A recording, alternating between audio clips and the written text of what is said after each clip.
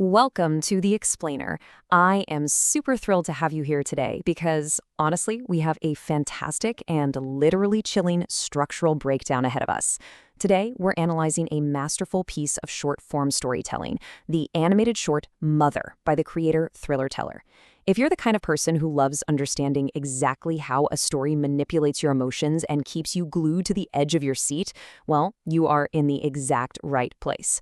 We're going to deconstruct the tension curve of this narrative step by step, using the precise events from the source material to see exactly how suspense is built, how it peaks, and then how it's brilliantly subverted. Let's get into it.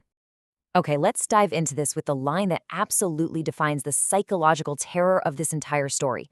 Mommy, there's a monster in my room, and the monster looks exactly like you. I mean, just think about the sheer panic packed into that single sentence. This right here is the ultimate payoff of the story. But, to understand why it hits so incredibly hard, we really need to go back to the beginning. So we're going to trace the chronological flow of this narrative to see exactly how the creator laid the groundwork for this terrifying revelation. Every great thriller starts with a baseline. Section 1, the sleep routine, where we establish that baseline. So our protagonist, Lisa, has severe insomnia, right? And she relies entirely on a glass of milk to actually fall asleep and feel safe. That simple glass of milk represents everything a child needs at night: safety, comfort, and the protective presence of a parent. It's the anchor of her nightly routine.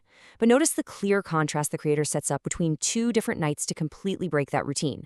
On night 1, the milk is readily available. The mother provides it, Lisa falls asleep, and the baseline of safety is totally secure. But then we reach night 2. The routine is shattered. There is no milk. Because of this missing comfort item, the mother is actually forced to leave the house, leaving Lisa entirely vulnerable. And this brilliantly illustrates how simply removing a mundane, everyday comfort item instantly creates a massive vulnerability and strips away the protagonist's safety net. Which brings us to a crucial turning point. Section 2, an empty fridge, which serves as the disruption. Now, what's really interesting about this sequence of escalating vulnerability is the sheer speed of it. Driven by the very relatable stress of needing her child to just sleep so she doesn't miss school again, the mother makes a choice. Let's look at how this plays out. Step 1, Lisa can't sleep. That's our established baseline. Step 2, the fridge is empty, the disruption. Step 3, the mother actually leaves the house to go get milk. And finally, step 4, Lisa is left entirely alone in the dark. Within just a few story beats, we've moved from a minor domestic annoyance to complete physical and psychological isolation. The creator doesn't waste a single frame getting our vulnerable protagonist completely by herself. We are now entering the absolute most intense phase of the tension curve. Section 3, the red milk, the climax. I want you to really picture the physical space here for a second. Lisa is completely alone in the dark. The only barrier between her and the outside world, between safety and the total unknown, is a closed door. That physical separation created by the door becomes the absolute focal point of the suspense. Seriously, put yourself in Lisa's shoes for a second. You are locked in a dark house, you're terrified, and suddenly you hear a voice from the other side of the door. And it says this: "Hello, Lisa. It's me. Can you open the door? I can't find the keys in the dark." Now, on the surface, sure, it's the voice of comfort. It sounds exactly like her mother. But the demand is incredibly unsettling. It's asking a child to break the one physical barrier of safety she has left because of a highly convenient excuse about losing keys. It is a classic predatory tactic, all wrapped up in the guise of maternal comfort.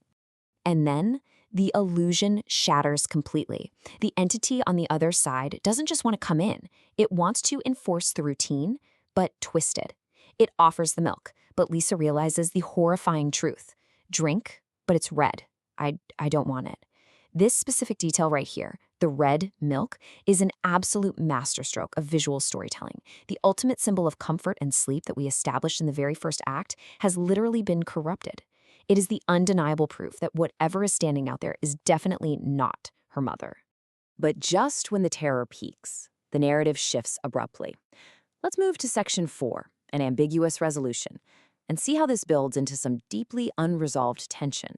We transition from a moment of pure screaming horror to the real mother seemingly returning to the house.